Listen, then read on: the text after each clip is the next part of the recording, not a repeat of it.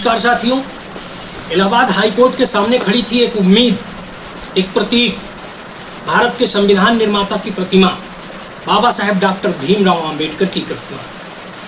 लेकिन कल उस उम्मीद के साथ खिलवाड़ किया गया, उस प्रतीक का अपमान किया गया।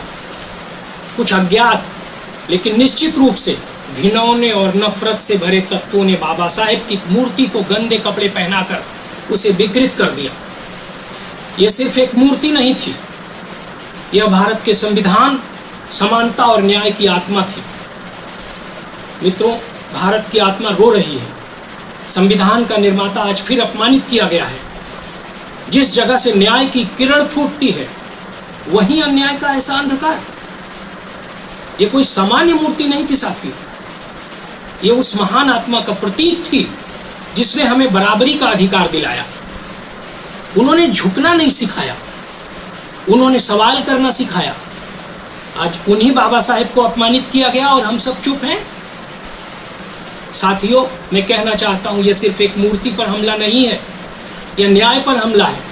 यह पूरे भारत के संविधान और उसकी आत्मा पर हमला है।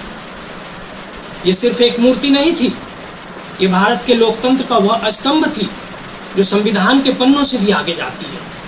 बाबा साहेब डॉक्टर भीमराव अंबेडकर जी की प्रतिमा को इलाहाबाद हाई कोर्ट के सामने, देश के कानून के सबसे पवित्र स्थान के सामने जानबूझकर अपमानित किया गया।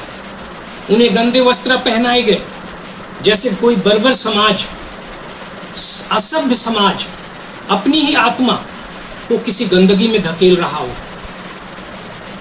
ये अराजक तत्व वहीं तक नहीं रुके, उन्होंने बाबा साहब की आंखों और होठों और प्रतिमा के साथ छेड़छाड़ करते हुए उसे जानबूझकर नुकसान पहुंचाया।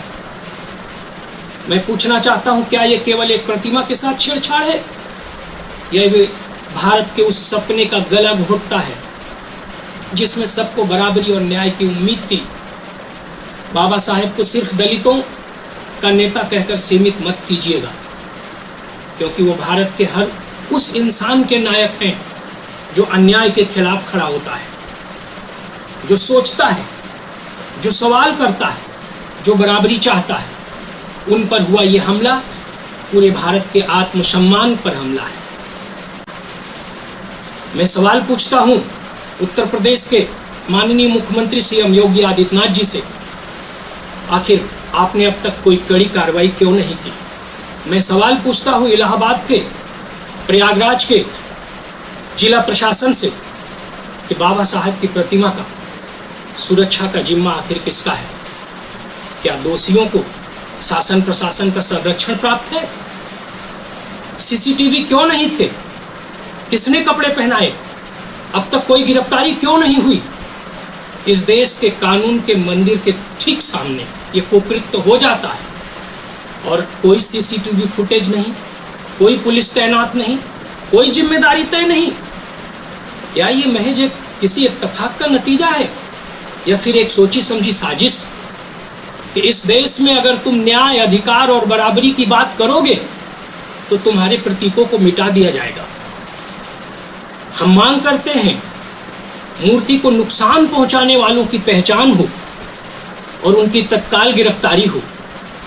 हाईकोर्ट के सामने मूर्ति के आसपास सीसीटीवी कैमरे लगाए जाएं और 24/7 सुरक्षा हो। यही नहीं, पूरे प्रदेश में बाबा साहेब की प्रतिमाओं की सुरक्षा की समीक्षा की जानी चाहिए। बाबा साहेब की सभी प्रतिमाओं की सुरक्षा सुनिश्चित की जाए। इस अपराध को केवल वेंडलिज्म मत समझिएगा, इसे संवैधानिक मूल्यों पर हमला माना जाएगा। हम झुकेंगे नहीं।